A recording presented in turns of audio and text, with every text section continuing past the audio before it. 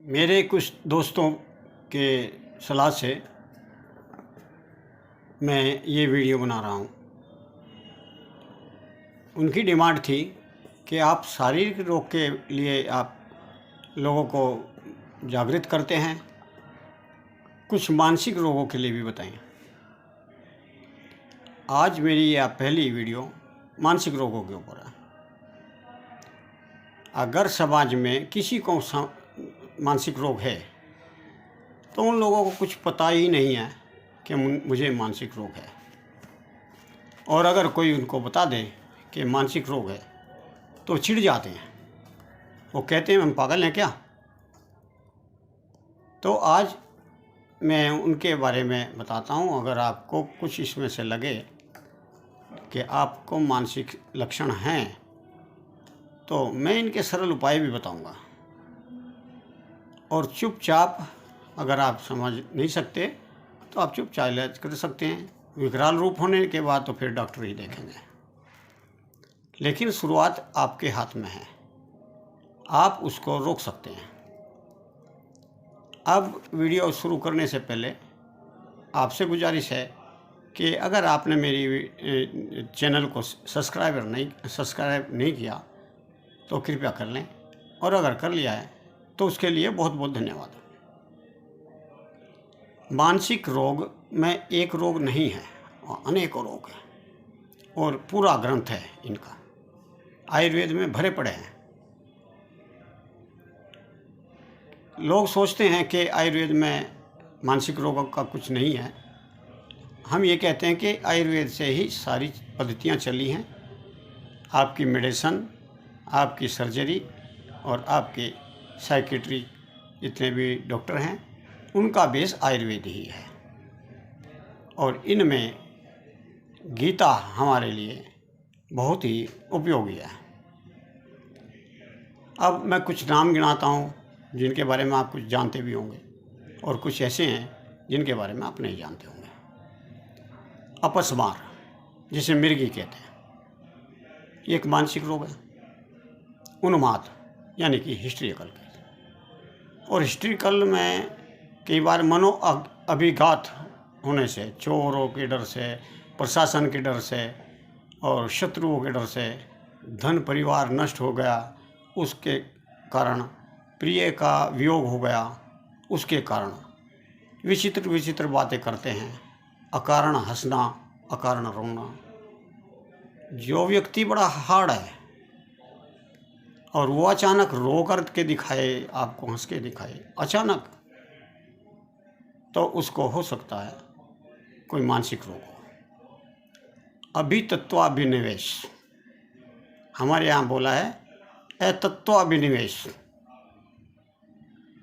जिसमें बुद्धि विषम हो जाती है, हित को अहित समझते हैं और अहित को हितकारी समझते हैं। मैं इसके लिए अलग से वीडियो बनाऊंगा।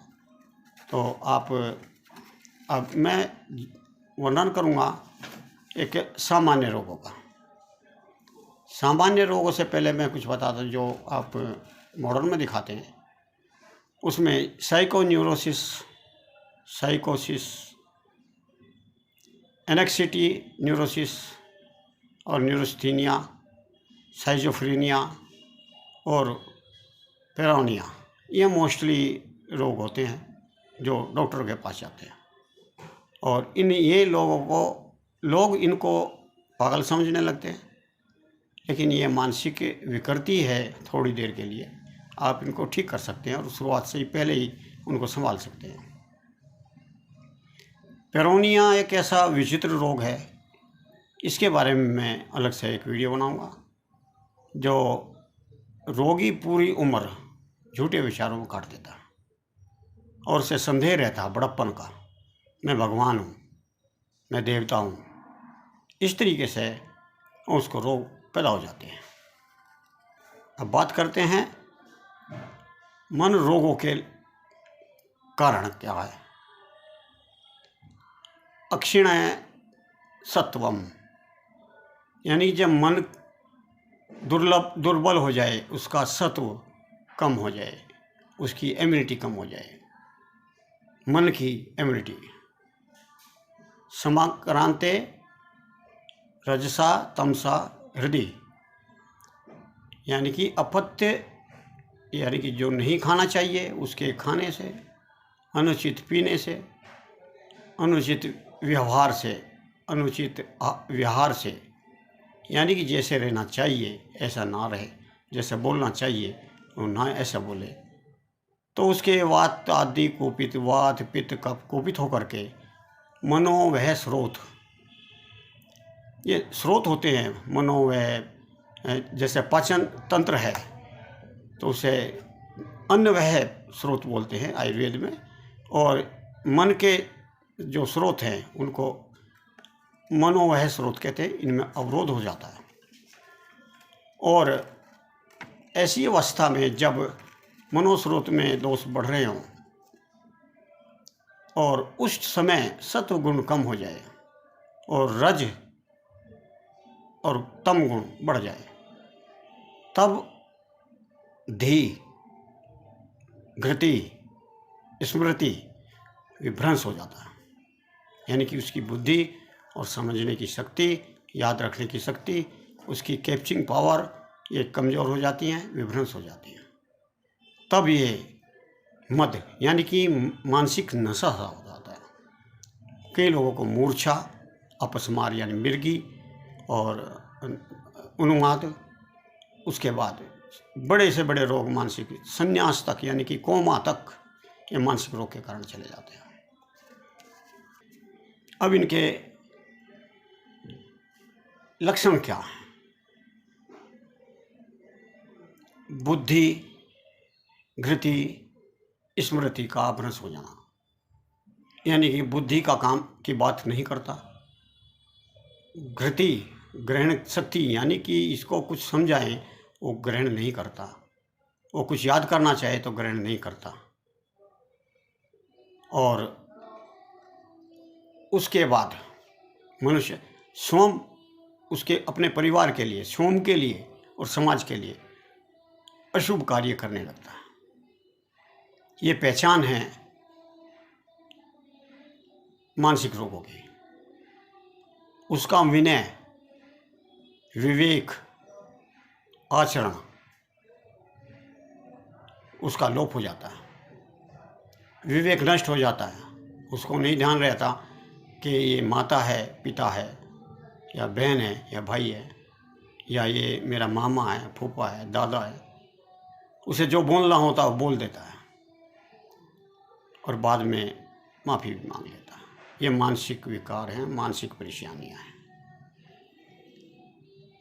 ऐसे रोगी को मलमूत्र रोकने लगता है, प्रेशर में बैठा रहता है, मलमूत्र का त्याग नहीं करता, और कुसमय पे वो मल त्याग करता है, कुसमय पर ही भोजन करता है, कुसमय पर ही सोना जागना करता है, रात को जागता है, दिन में सो जाता है। अधारणीय वेग, यानी कि जो उसे अधारणीय वेग हैं उनको धारण कर लेता है, मलमूत्र रोक लेता है। और धारणीय वेग जैसे काम, क्रोध, मोह, ईर्ष्या, ये धारणीय है, इनको रोक देना चाहिए, उसको रोक नहीं सकता, उसके अंदर रोकने की ताकत नहीं होती। वह उसकी शक्ति, विचारधारा की क्रियाएं, परिवार समाज के लिए जो प्रचलित बातें हैं, जो हमारी रीतियां हैं, जो हमारे विचार होते हैं, वो उसके विपरीत होता है। और ये सब प्राज्ञा अपराध के कारण है। प्राज्ञा अपराध क्या कहते हैं कि जो धारण के लायक वेग धारण करने हैं वो धारण नहीं करता, जो वेग को अधारणीय है उनको धारण करता है, भोजन करता है, कुछ समय सोना, कुछ समय खाना, यानी कि अपने लिए ही अपराध करना, अपने लिए ही सारा कुछ विदा करना, और फिर वो परिवार और समाज के लिए भी परेशान करता है। सामान्य रूप से जो उपाय इसका किया जा सकता, ये मैं चिकित्सक लोगों के लिए बता रहा हूँ, क्योंकि ये आम आदमी के समझ से बाहर है। वात पित्त कफ, ऐसे रोगी का सबसे पहले वात पित्त कफ समान करें। अगर आप के वो समझने से आपके समझाने से आपको वो आता है, तो उसको औषधियों के द्वारा वो वात पित्त कफ उसके सामान्य करें और उसके शरीर का बल बढ़ाएं। रज दोष और तम दोष से मुक्ति कराएं, उसे ज्ञान विज्ञान धैर्य स्मृति विवेक आदि का आधान द्वारा दृढ़ तक दें और उसकी संकल्प शक्ति बनाएं और उसको मानसिक शक्ति बना कर रखें। उसके कारणों को हटाएं, जिन कारणों से वो गलत खा रहा है तो उन कारणों को हटाओ। गलत जगह पे सो रहा है, गलत जगह पे वो खा पी रहा है, गलत जगह पर वो बैठ रहा है, गलत संगत में बैठ रहा है, उसको डराने वाले बहुत हैं, उसको धमकाने वाले बहुत हैं, उसको दोस्त बन करके बड़ा विचित्र बातें करके उसको डरा दिया जाता है। यहाँ भूत है, यहाँ ये है, ये तेरे परिवार में ऐसा है, वो इस ढंग से उसके मन में बैठ जाती है। तो उसको दूर करें, कारण दूर करें, उसके दोष दूर करें और रज और तम दोषों को से मुक्ति कराएं। अब रज दोष और तम दोष से मुक्ति कैसे मिलेगी, ये मैं कभी फिर किसी वीडियो में बना करके आपको बताऊंगा। धन्यवाद। आज इतना ही। नमस्कार। जय आयुर्वेद, जय हिंद।